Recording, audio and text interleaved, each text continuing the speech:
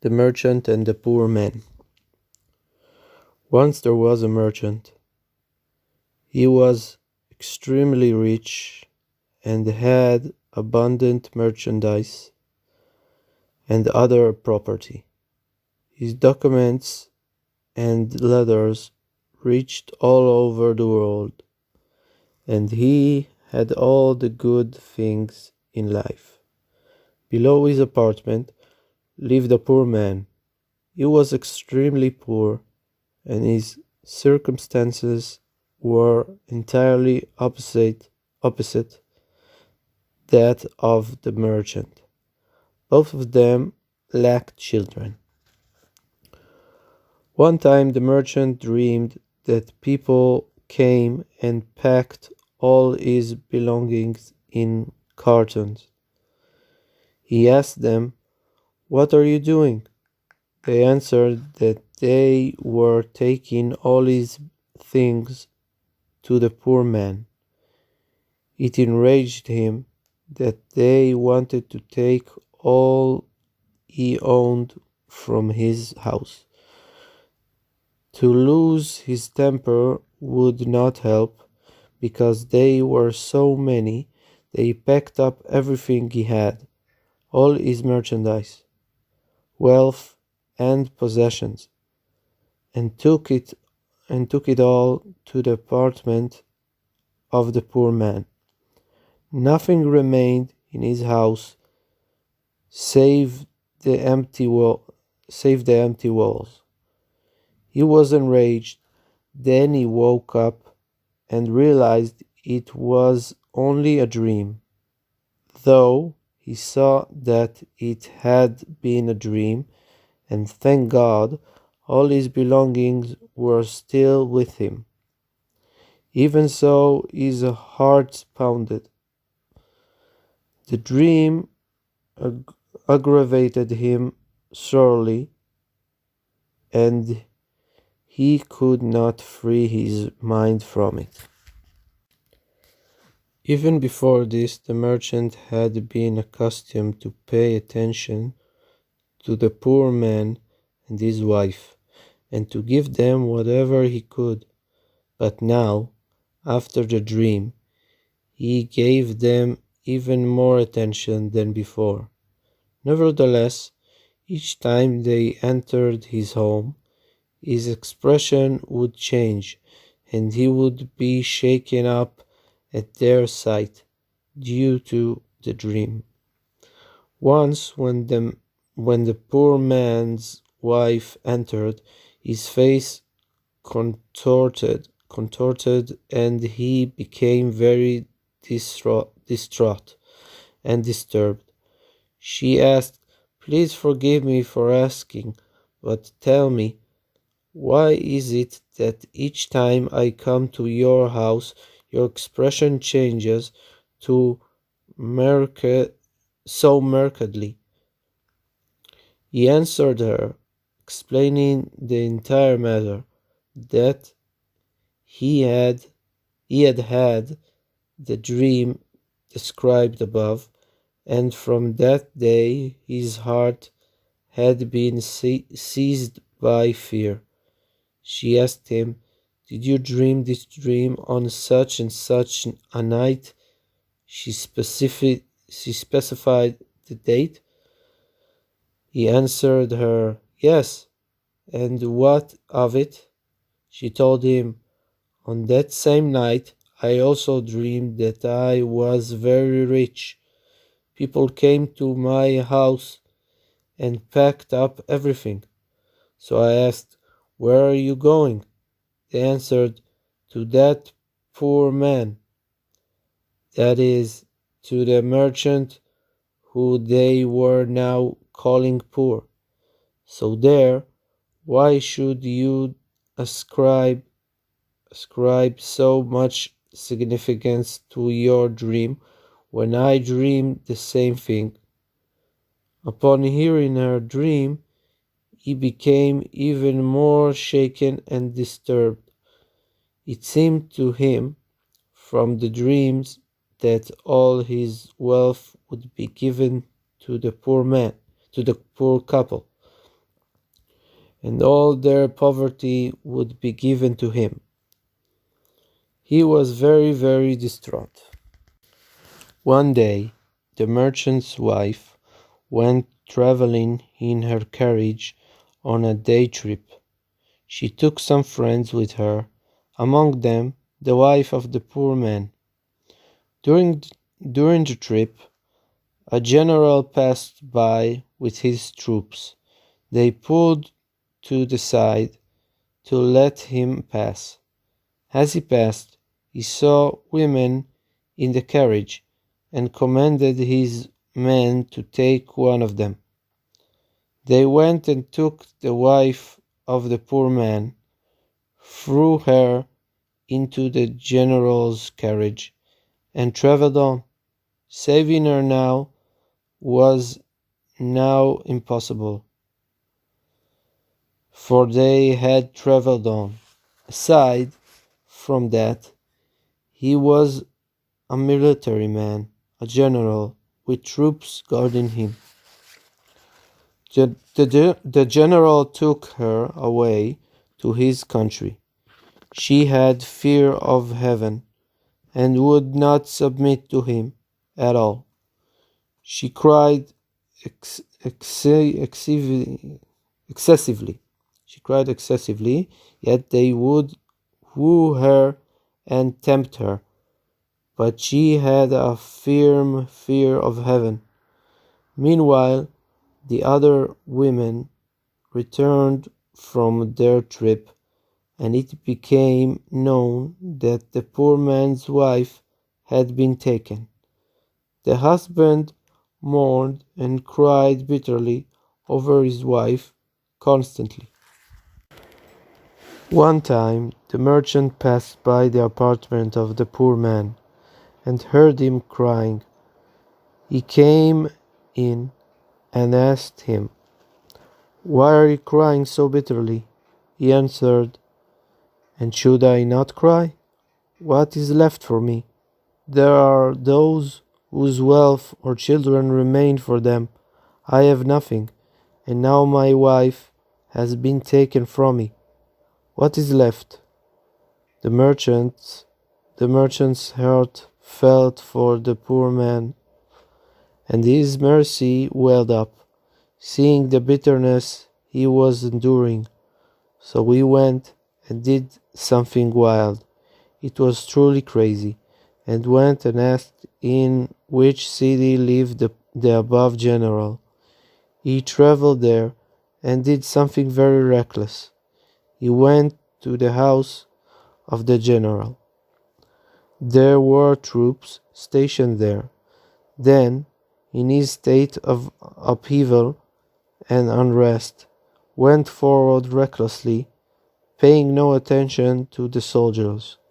They were also shocked and dumbfounded, suddenly seeing a man in such tumult, so they also fell into upheaval.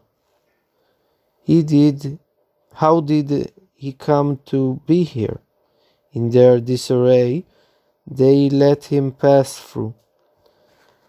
He went past all of them until he entered the house and came to the place where she was sleeping.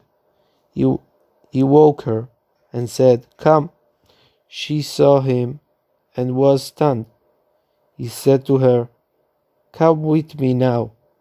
She went with him, and again they passed by all the guards unobstructed until they got away.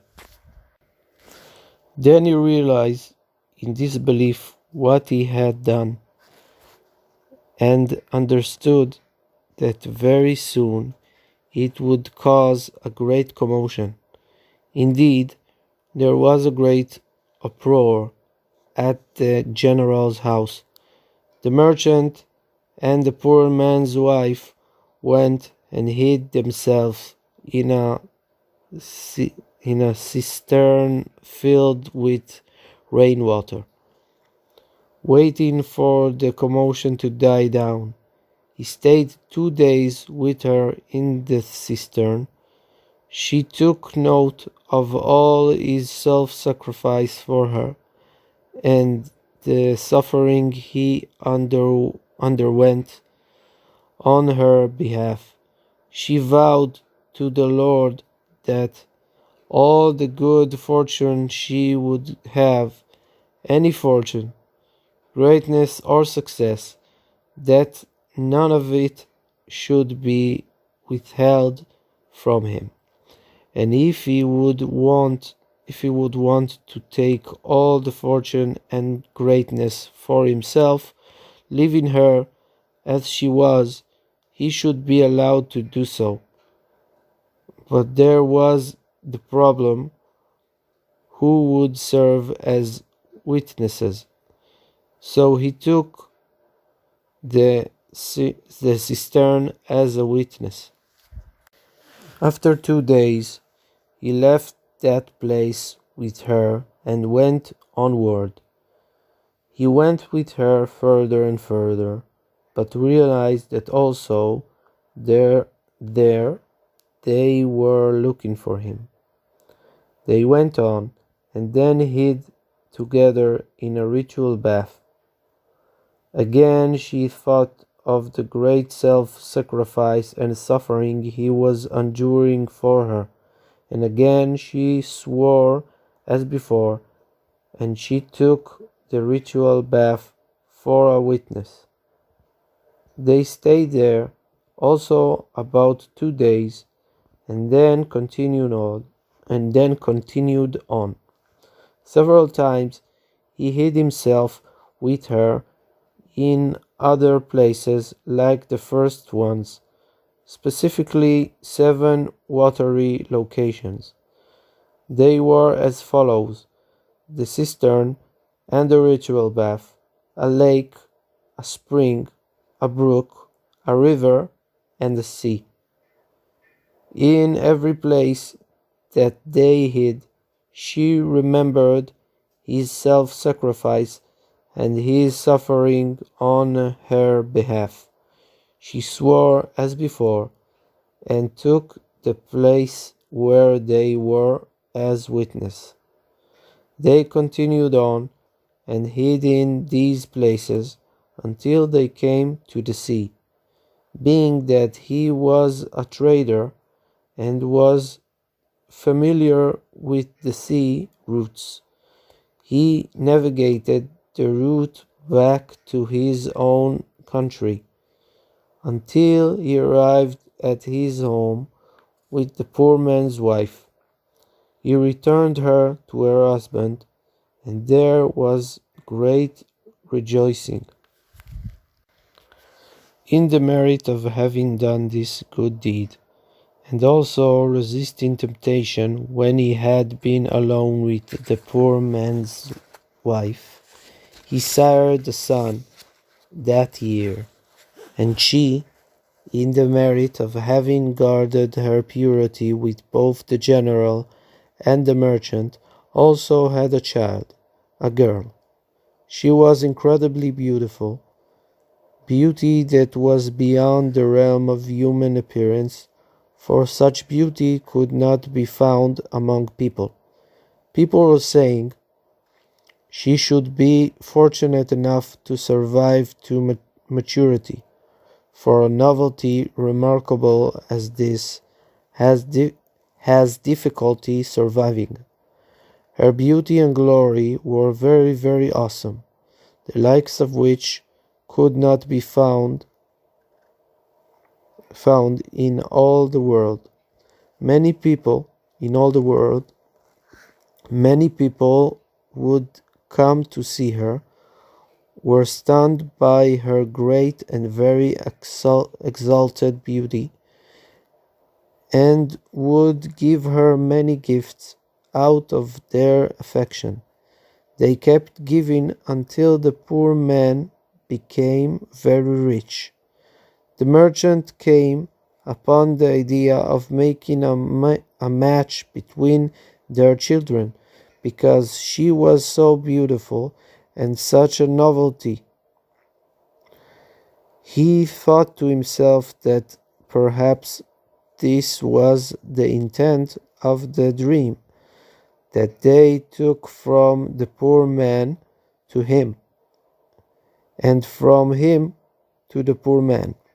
It was implying that their children would marry, and through this their estates would be merged together.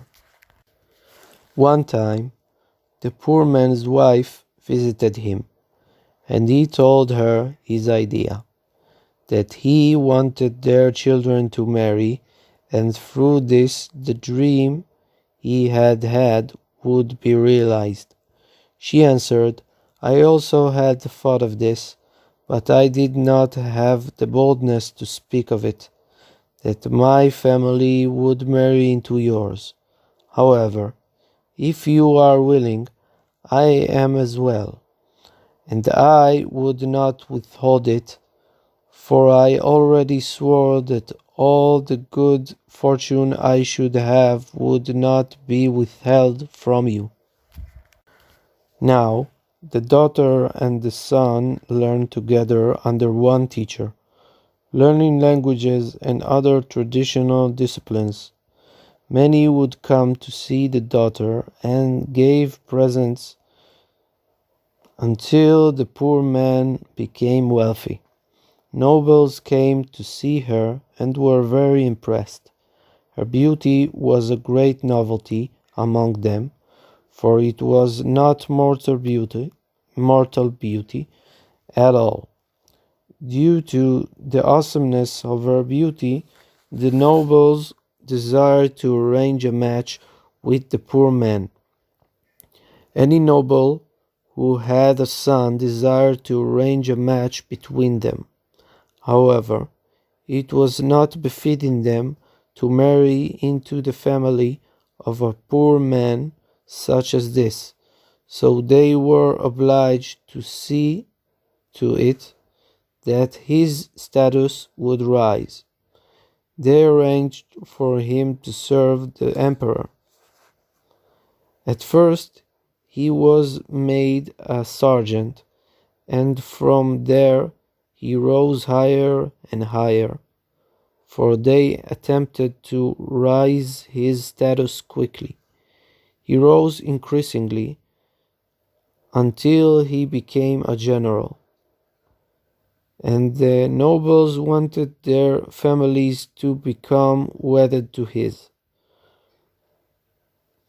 However, many were vying for this, since a good number of nobles had been involved in raising him. Besides, he was not free to arrange a match with anyone, for the news had already spread that he would make a match with the merchant.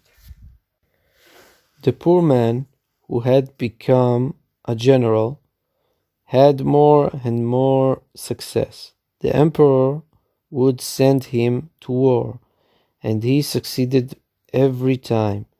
He raised him to an increasingly higher status, and he continued to be very successful. Eventually, the time came when the emperor passed away, and all the people of the country concurred that he should become emperor. All the ministers convened and ruled that he be appointed emperor. He became the emperor, waged wars, and was very successful. He conquered countries. He would wage wars with success, conquer, and move on until the remaining countries agreed to give themselves up to him willingly. They saw his formidable success, that all the beauty and fortune of the world was with him. Thus, all the kings convened and agreed that he should be made emperor over the whole world. They gave him a letter written in gold. Now, this emperor refused the marriage arranged with the merchant. It is not fitting for an emperor to marry with the family of a merchant. But his wife would not budge at all from supporting the merchant. The emperor saw that it would be impossible to make another match in the face of the one with the merchant, especially seeing that his wife held the merchant in very high esteem. Thus, he began to conceive plans against the merchant. At first he thought to bring him to poverty, and he tried with covert plans, as if it was not he who was causing the loss. Our emperor can certainly arrange such a thing. They caused him much loss until he declined and became destitute. Yet she, the empress, still stood by him the whole time. Eventually, the emperor saw that as long as the merchant's son was still living, it would be impossible to make any other match. So he attempted to bring down this son of the merchant. He thought of ways to bring about his downfall. He caused charges to come up against him and brought judges against him. And the judges understood that it was the emperor's will to eradicate him. They judged to stuff him in a sack and cast him into the sea. The empress was very downhearted by this. Yet even the empress cannot oppose the will of the emperor. So this is what she did. She went to the ones appointed to throw him into the sea, fell before their feet, and pleaded with them exceedingly to spare him for her sake. Why should he be sentenced to death? She pleaded with them a great deal to take someone else charged with the death penalty and throw him into the sea in place of this young man. Her entreaties swayed them, and they vowed to her to spare him. And so they did. They threw someone else into the sea in his place and spared him, saying, "Go on your way." And he went. He was already a mature man, and he went on his way. Before this, the empress went and called to her daughter, saying, "My daughter, know that this son of the merchant is your groom." She told her the whole story of what she had been through, how the merchant had sacrificed himself for her, had been with her in 7 locations, how she had vowed to God that all her good fortune would not be withheld from him, and how she had taken the 7 places as witnesses, the cistern, the ritual bath, and so on. And behold, you are all my good fortune and success. So certainly you are his, and his son is your groom. But your father, in his stupidity, wants to murder him for no reason. I already struggled to save him, and I succeeded that he was spared. Therefore, know that he is your groom, and do not desire anyone else in the world at all."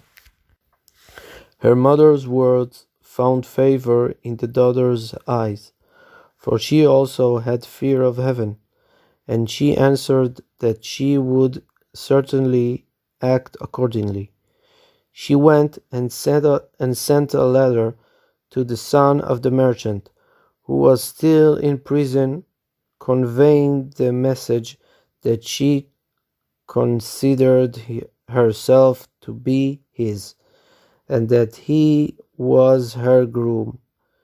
She included a map in which she drew all the places that her mother had hidden with his father. She drew the likeness of a cistern, a ritual bath, etc. And she warned him direly that he guard this map very, very carefully, and she signed her name at the bottom.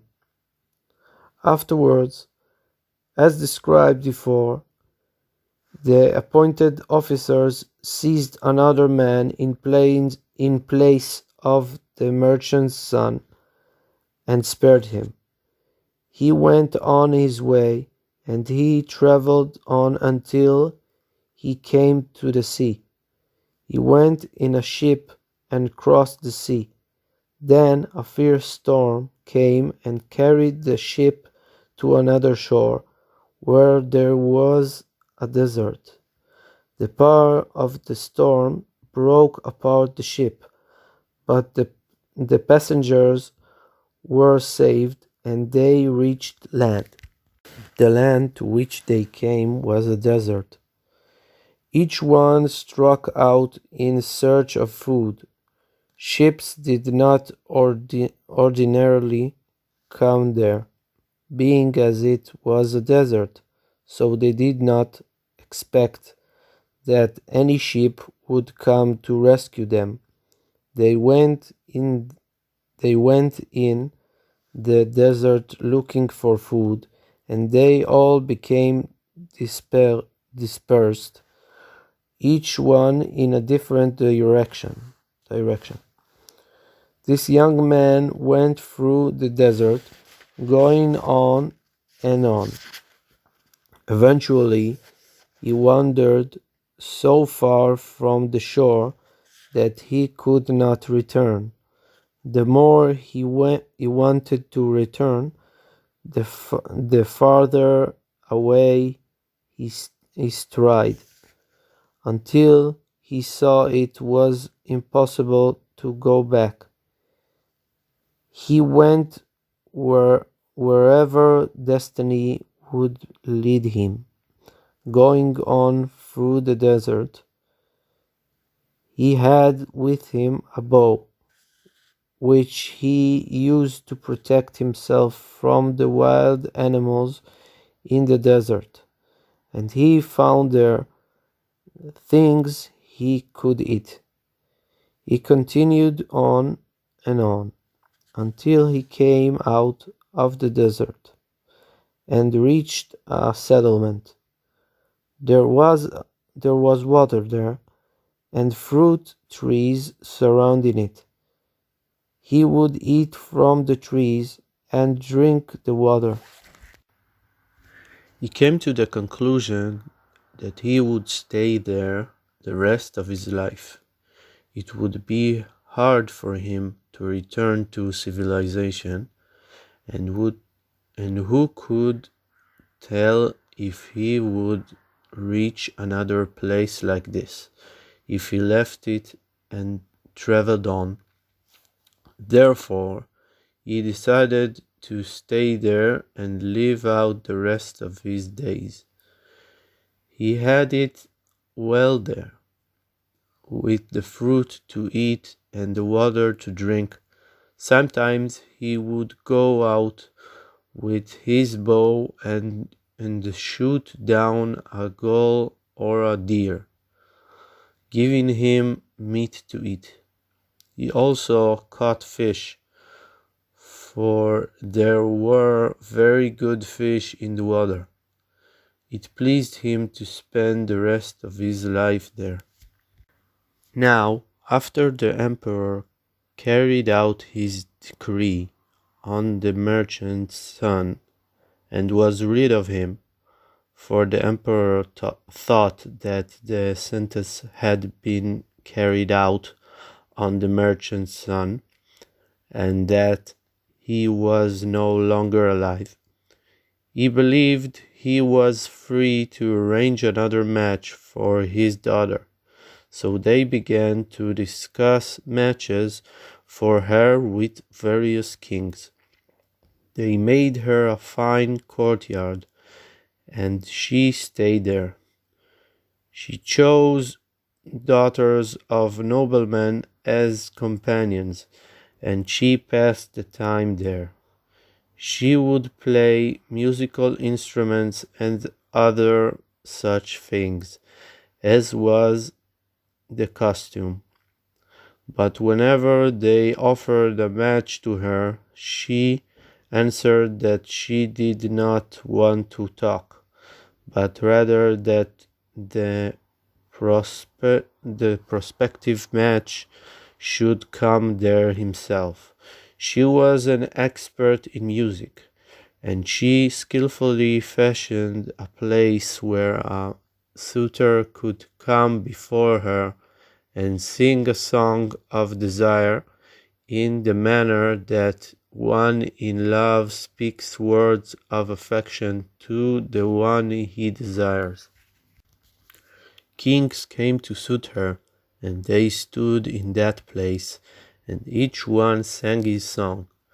To some of them she sent an answer in the form of a song of affection, by way of her companions.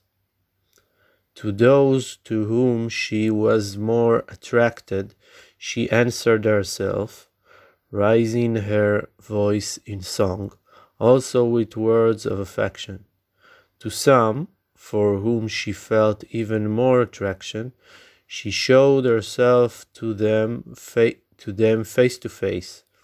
She would reveal her face and sing words of affection. But to all of them she concluded, "But the waters did not cover you." No one could understand her intent. When she revealed her face, they would collapse from the intensity of her beauty. Some of them remained weakened, and some lost their minds from lovesickness. From the greatness of her beauty, beyond imagination. Even though they went insane or became permanently weak, more kings came to suit her, but to all of them she answered as before. Meanwhile, the merchant's son remained in that place. He fashioned for himself a dwelling place and stayed there. He also knew to play and knew the art of music. He chose wood that was suitable for making instruments and made some for himself. From the sinews of the wild animals he made strings, and he would sing and play to himself. He would take the ladder that the daughter of the emperor had sent him, and would sing and play. He would recall all that he had been through, how his father had been a wealthy merchant, and now he had ended up here.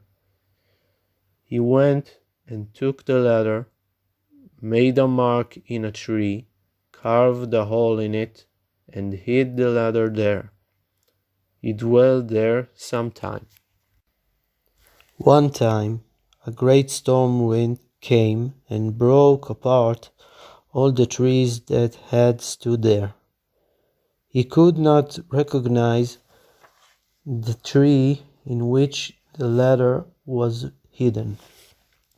While they were still standing, he had a sign marking its place. But now that they had fallen, the tree with the ladder had been jumbled with the other trees. There had been many trees there, so he could not recognize the tree. It was not realistic to split open all the trees to find the ladder, for there were too many of them. He cried and was tormented by this a great deal.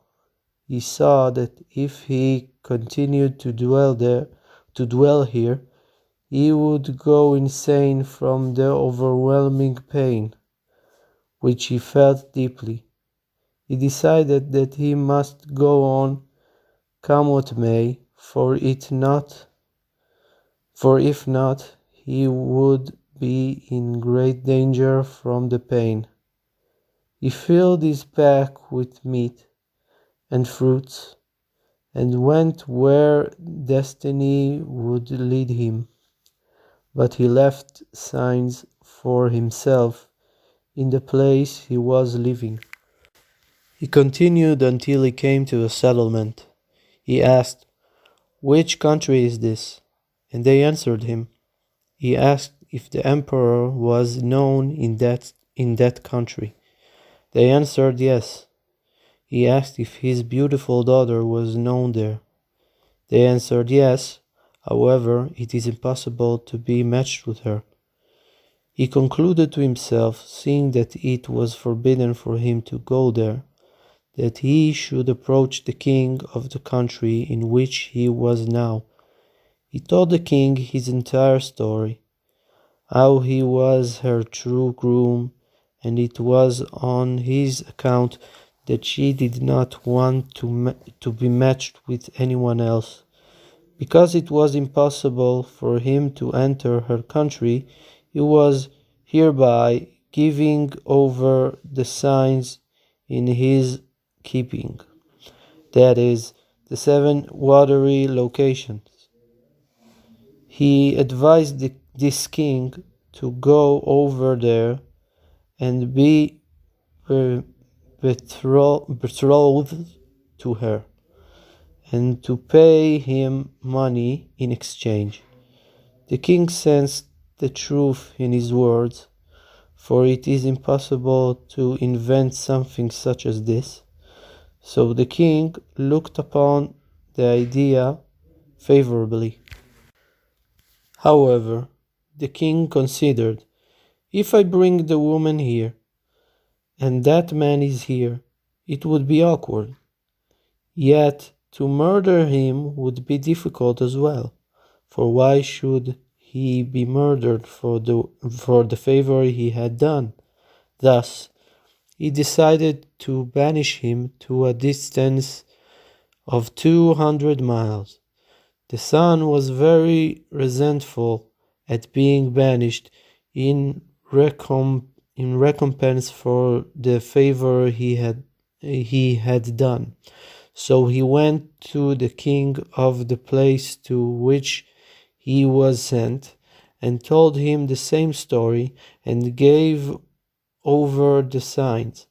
To the second king he added a sign, and urged him to travel immediately. Perhaps he could get there before the other. Even if he did not, he nevertheless had one sign more than the other king. This king thought as the other, and sent the son 200 miles away. The son was also very resentful at this, so he went to a third king, and to this third he added even more impressive signs. The first king immediately set out and arrived at the place of the emperor's daughter, and sang his song. With wisdom, he inserted in the song all the 7 places, that is, the 7 witnesses. However, according to the needs of the song, he had to change the order of the places, as the rules of poetry demanded. He came to the spot where the suitors stood and sang the song. When the emperor's daughter heard the 7 places, it was a wonder to her. Only she found it hard to understand why the order was wrong. She assumed that perhaps he used this order because of the poetic needs of the song. She concluded to herself that this must be the man, and she gave a sign that she was betrothed to him. Much happiness and commotion ensued upon hearing that she had found her soulmate, and they prepared for the wedding. In the midst of this, the second one arrived. They informed him that she was already betrothed, but he paid no heed to this, and said that he had something to tell that would certainly sway her. He went and sang his song, arranging all the places in the proper order, and he gave an additional sign. She asked him, how did the first one know? To tell the truth did not seem a wise idea, so he said he did not know. It was amazing to her, and she stood astonished. The first one also told the signs, and how could another man find this out? In any case, it appeared to her that this second was her true soulmate, for he told all the signs, and in order as well. And as for the first, perhaps it was just a craft of the songwriting that had brought him to mention the places. However, she withheld a final decision. Now, the son, after the second king had banished him, had felt offended, as described earlier, and had gone to the third king, telling him the same story, and adding more impressive signs. To the third, he poured out his heart, explaining that he had had a ladder of which was drawn all the 7 places. Thus, the king should also draw for himself a map with all the places, and bring it to her. The third also concluded that it would not be appropriate to bring her here if this young man was in the area, so he also banished him 200 miles away. This third king also ran there, and upon arriving was told that there are already 2 who came before him. He said, even so, I have something to tell that will certainly sway her. The people had no idea why she had favored these 2 men more than all the others. Now this third one arrived and sang his song with signs more impressive than the other 2. He showed the map with the signs drawn on it, and she was dumbfounded. However, she could not take any action, for the first one had also seemed like the right man, and then the second. Thus, she said she would not believe anyone until one would bring her the letter with her own handwriting. Presently, the son thought to himself, "How much longer will they keep kicking me farther and farther away?" He decided that he should go there himself. Perhaps he could accomplish something. So he wandered about until he reached the place and said that he had something to tell, etc. He went and sang his song, gave increasingly accurate signs, and he reminded her that they had learned together in the same schoolroom and the like. He told her everything, how he had sent kings to her, how he had hid the letter in the tree, and everything he had been through. But she did not take him seriously at all. Certainly the kings who came before all had explanations for why they did not bring the letter. She certainly did not recognize him, for a long time had already passed, and she no longer wanted to depend on signs, being satisfied with nothing less than the letter, for she had been sure that the first one was her groom, and likewise the second, and so she did not want to depend on anything save the letter. The son concluded that he should not delay here at all, and decided to return to his place in the desert where he had been. There he would spend the rest of his days. He wandered about attempting to reach that desert, and finally he arrived there. Several years passed, and he decided to remain there in the desert and pass the rest of his days.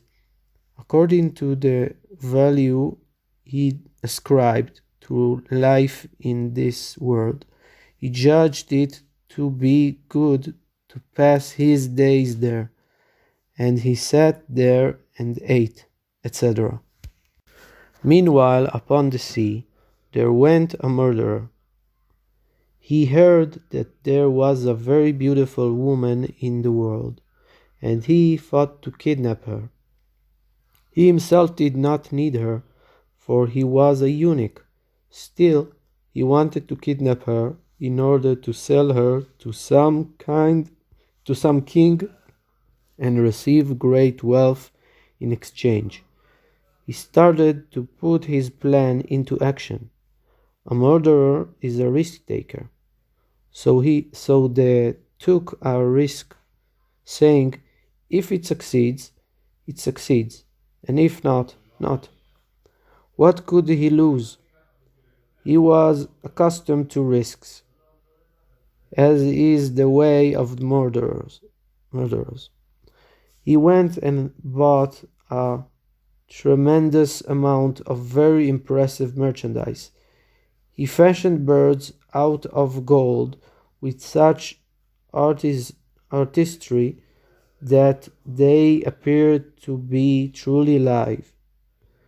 He also made stocks of gold, and he positioned the birds on the stocks. This itself seemed a great novelty. The birds sat on the stalks without the stalks breaking, although the birds were large. He also cleverly fashioned the birds so that they appeared to play music. One of them would click with its tongue, another chimed a bell in its mouth, and another sang. It was all done with sleight of hand, for there were people hidden in a room on the ship near the birds, and they produced all these sounds, although it seemed as if the birds themselves were playing. The birds were manipulated by thin wires, it seemed it seemed as if they themselves did all the above. The murderer then travelled with all this to the country wherein was the emperor's daughter. He came to her city and positioned his ship on the sea, letting down the anchors and moored it. He presented himself as a major merchant, and people came there to buy expensive and abundant merchandise. He stayed there some time, approximately a quarter of a year, and people bought quality products from him. The emperor's daughter also desired to buy from him and sent to him to bring his wares to her. He sent her a reply that it was not his practice to bring his wares to the home of the buyer, not even to the daughter of the emperor. Rather, whoever wanted to buy had to come to him. As he was a merchant, no one had the authority to make him do differently. The emperor's daughter decided to go to him. When she went in the market, it was her costume to wear a veil on her face so that men would not look at her, for they could collapse just from seeing her beauty. She went out, covering her face, took several friends with her, and a guard followed behind. She came to the merchant, that is, the murderer who appeared a merchant, bought a merchandise from him, and left. The merchant said to her, "If you come again, I will show you products even more beautiful than these, real wonders." She returned home, went another time, bought from the merchant, and left again. The murderer remained there for some time, and she became a regular customer, coming and going freely. Then, on one of her visits, he opened up the room with the golden birds. She saw that it was an amazing novelty. The others, including the guard, also wanted to go in, but the merchant said, "No, no, I will not show this to anyone, only to you, because you are the emperor's daughter, but to others I don't want to show it at all." She went in alone, but he also went into the room and locked the door. Then he acted crudely, pushing her into a sack and stripping her clothes off her. With these clothes he dressed one of the sailors, veiled his face, pushed him out, and said, "Go." This sailor had no idea what was being done with him. As soon as he exited the room with his face covered, the guard and the companions did not realize what had happened, and they began to walk away with him immediately, for they thought he was the emperor's daughter. He, the sailor, went with them, not knowing where he was at all. They arrived back at the room where the emperor's daughter had been accustomed to sit. When they unveiled his face and saw that he was a sailor, a great uproar followed. They slapped the sailor in the face and kicked him out, though he was not guilty, because he knew nothing about it. Now the murderer kidnapped the emperor's daughter and he knew they would pursue him. He left the ship and hid with her in a cistern filled with rainwater until the commotion died down. He commanded the sailors on the ship to immediately cut the anchors and flee. Certainly, the pursuers would chase them, but they would not fire on the ship, assuming that the emperor's daughter was on. But pursue they would. So he told them to flee immediately, and if they catch you, they catch you. What of it? This is the way of murderers, not to care what happens to them. And so it was. A great commotion arose. They chased after the ship, but did not find her on it. Meanwhile, the murderer hid with her in the rainwater cistern. He threatened her not to scream, so no one should hear her. He said to her, I struggled hard to catch you, and if I lose you, my life is worth nothing to me. Since you are already in my hands, if I should lose you and you are taken from me, my life would be worth nothing at all to me. So, if you let out a scream, I'll strangle you immediately. I don't care what will become of me, because I'm worth nothing in my eyes. And she was mortally frightened of him and did not dare scream. Eventually, they left there and came to a city. They went on and on until they reached another place and realized that there too they were searching for her. He hid with her again, this time in a ritual bath. After a time, they left there too, and he then hid with her in other places, until he hid with her in all the 7 locations that the original merchant had hid with her mother.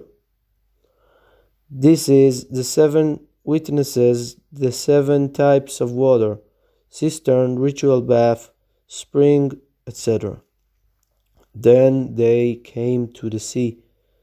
He searched to find at least a small fishing boat to sail off with her. He found a ship and took the emperor's daughter with him in it.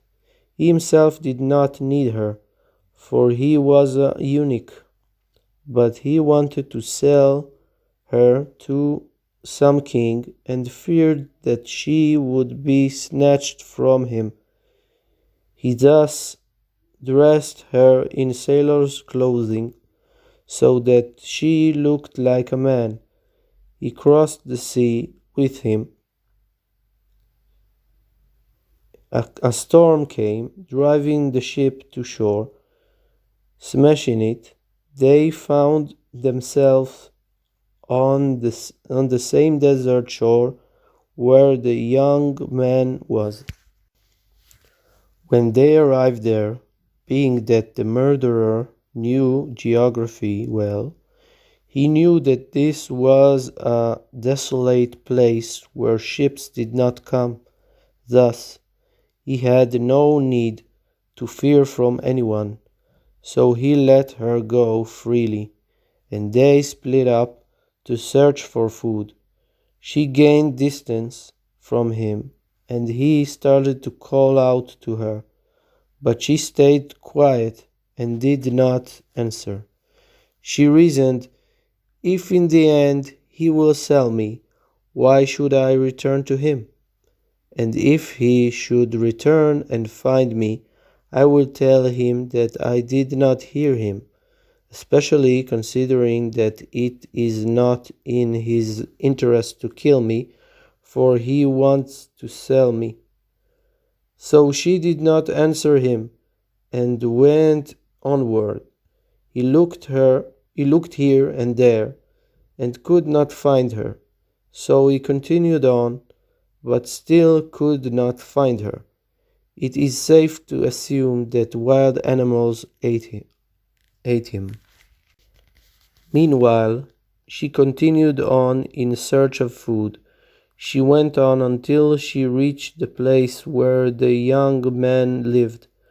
Her hair had grown long, and she was also dressed as a man, in a sailor's uniform, and they did not recognize each other.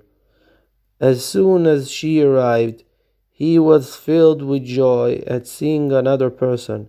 He asked, "How did you come to be here?"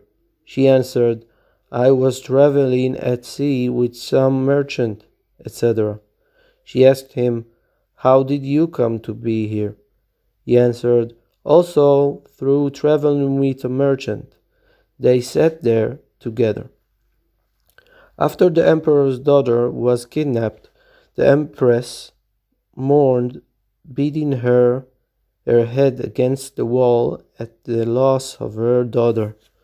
She tormented the emperor with harsh words, accusing that it was through his stupidity that the young man had been lost, and now their daughter was lost. She was all our fortune and success, she said. Now we have lost her, and what do I have left? She bear down hard on him with her words. Certainly he had his own deep sorrow at the loss of his daughter, and she only intensified it, and this caused strife and anger between them. She would say accusing words until he became so angry that he decided to send her away. He set up judges, and they sentenced her to exile, and she was banished. After this, the emperor entered into war and was defeated. He blamed it on a particular general, saying, "Because you did such and such, you lost the war." So he banished him. He fought more wars, but was defeated, and sent away more generals. He sent away a good number of them. The citizens of the country saw that he was acting strangely. First he sent away his wife, and then the generals. So they decided, why not do the opposite? Let's bring the empress back and send him away, and the empress will rule the country. And so they did. They sent him away and brought back the empress, and she ruled the country. The empress immediately sent for the merchant and his wife, and brought them to live in the palace. The emperor, who had been banished, pleaded with those escorting him to let him free. In spite of everything, I was your ruler, and I certainly did good for you. So now be compassionate and let me go. I surely will not try to return to the kingdom, and you do not need to fear from me. Let me go, and I will at least be free the rest of my days." So they let him free, and he continued on his way. Several years passed, as he kept going, until he came to the sea. He boarded a ship, but a storm wind drove his ship to the same desert shore mentioned above. Eventually, he came to the same place where the other two were sitting, that is, the son of the merchant and his beautiful daughter, who was dressed as a male. They did not recognize each other, for the emperor's hair had grown, and some years had passed, and their hair had also grown. They asked him, "How did you come to be here?" He answered that he had traveled with a merchant, etc. etc. They answered likewise. So they sat together and ate and drank. They played instruments, for all of them knew how to play. Now the young man was the most competent among them, for he had already been there a long time before the others. He would bring them meat to eat, and for firewood they used trees which were more valuable there than gold in a settled place. The young man argued with them that this was a fine place to spend one's life, and that even by the standards of prosperity in civilized places, it was good to live here. They asked him, "What good did you have in your life that you found it preferable to live here?" He answered them and related his entire story. How he was the son of a merchant, and how he had come to be here. He had had abundant good as the son of a wealthy merchant, and here too he had abundant good. He proved to them that it was a good place to spend one's life. The emperor asked him, "Did you hear of a certain emperor?" "Yes," he answered. Then he asked him if he had heard of his beautiful daughter. He also answered, "Yes," to this. Then the young man began to feel rage. "That murderer," he said, that is, the emperor that they had spoken of. He did not know that he was speaking to the emperor himself. He spoke with anger and gnashed his teeth, saying, "That murderer." The emperor then asked, "What makes him a murderer?" He answered, "It is due to his cruelty and stupidity that I came to be here." "How is that?" The young man appraised that he had nothing to fear here, so he told him the whole story of what he had been through. It appears that previously he did not relate the whole story, only that he was a merchant's son. The emperor asked him, "If that emperor were to come into your hands now, would you take revenge on him?"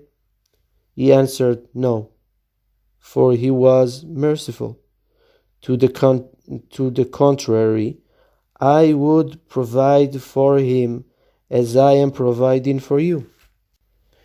The emperor began to sigh and groan.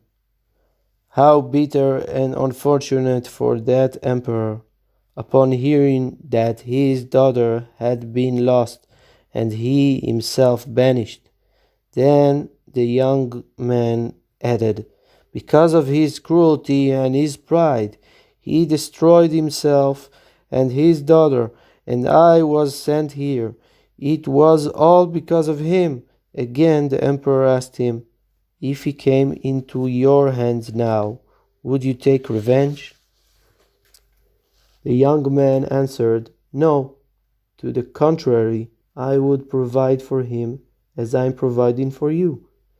Then the emperor revealed Then the emperor revealed himself and admitted that he was that emperor, and told what he had been through. The young man fell upon him, hugging and kissing him, and she, the emperor's daughter, who was also there, only that she appeared as a man, heard all that they had said to each other. Now the young man had a daily routine. Each day he would search in 3 trees in search of the ladder, and he would make a mark on them. There were thousands upon thousands of trees there, so he marked those he had checked so that the next day he would not check them again. He held on to the hope that he just might find the ladder. When he would return from searching, he would come with tear-stained eyes, for he had cried from searching and not finding. The others asked him, "What are you looking for in those trees? And why do you come back with tears in your eyes?" He answered them, telling the whole story, that the daughter of an emperor had sent him a letter, and he had hid it in these trees, and a storm wind had come, etc. And now he was searching, for who knows, perhaps he would find it. They said to him, "Tomorrow, when you go, we will go with you. Maybe we can find the ladder." And so they went with him, and the emperor's daughter found the ladder in a tree. She opened the ladder and saw that it was her handwriting. She thought to herself, "If she reveals herself to him then and there, removing her garments of disguise and revealing her fine beauty, he might faint and die." So being that she wanted things done properly, she simply brought him the letter and told him that she had found it. He immediately fainted. They revived him and brought him back to health, and there was great rejoicing among them. Then the young man said, "What use is this letter to me now? How can I find her? Surely by now she is with some king. So why do I need the letter? I'll spend the rest of my life here." He returned the letter to her and said, "Take this letter, go and marry her yourself," for she appeared to be a male. She agreed to go, but asked him to go with her as well. She said, "I will certainly marry the beautiful woman, and whatever good that comes to me, I will share with you." That is, the emperor's daughter said all this to the young man, pretending to be a man.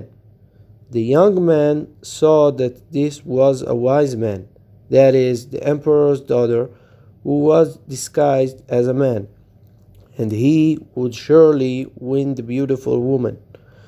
So he agreed to go along. The only problem that remained was the emperor, for he feared to go back to the kingdom. The emperor's daughter asked him to come back with them, saying that if she were to marry his daughter, he would no longer need to fear, for his good fortune would return, and he could go home again. The 3 of them went together, hired a ship, and came to the kingdom where the empress ruled. They came to the city where she lived and stationed the ship there. The emperor's daughter thought to herself, "If I reveal myself immediately to my mother, she might die." Therefore, she sent a letter saying there is someone who has information about her daughter. Then she went there herself and described everything that had happened to her daughter, the whole story. After that, she said, "And she is here as well." Then she told the truth. I am your daughter." Then she informed her that her groom, the merchant's son, was also there. However, she stipulated that she did not want to marry unless her father, the emperor, was retained to his position. Her mother was not at all pleased with this, for she was very wroth with him for having created all this trouble. Nonetheless, she was obliged to fulfill her daughter's request. They ran to fetch him, but he had disappeared. Then her daughter told her that he was also there. The wedding took place, and the happiness was complete. The couple took over the kingdom and the royalty, and they ruled over the entire world. The old emperor no longer had any true greatness because it was all his fault. The merchant thought had very much greatness. The merchant, though, had very much greatness because he was the father of the real emperor. Notes: Israel had signs in Egypt. Exodus 3. I will surely remember them. He who would use that language would be understood to be the Redeemer. The final Redeemer certainly also has signs. The Messiah will tell the people of Israel all that happened to them on every single day, to each individual Jew, his personal story. In relation to the section of the story in which the suitors come and sing their song of desire to the maiden, the allusion is obvious. Various sages do their service, each one singing his song, with the ambition of reaching the ultimate goal. However, not one of them reaches the true goal, aside from the one who is entirely fit for it. So to some, the maiden answers them through a messenger, or speaks to them from behind a wall, or reveals a bit of her face, as described in the story. Yet, in the end, when they pass away, it is revealed to them that they did not achieve anything, as is described in the story, when she rejects each one, until the rightful ruler will come.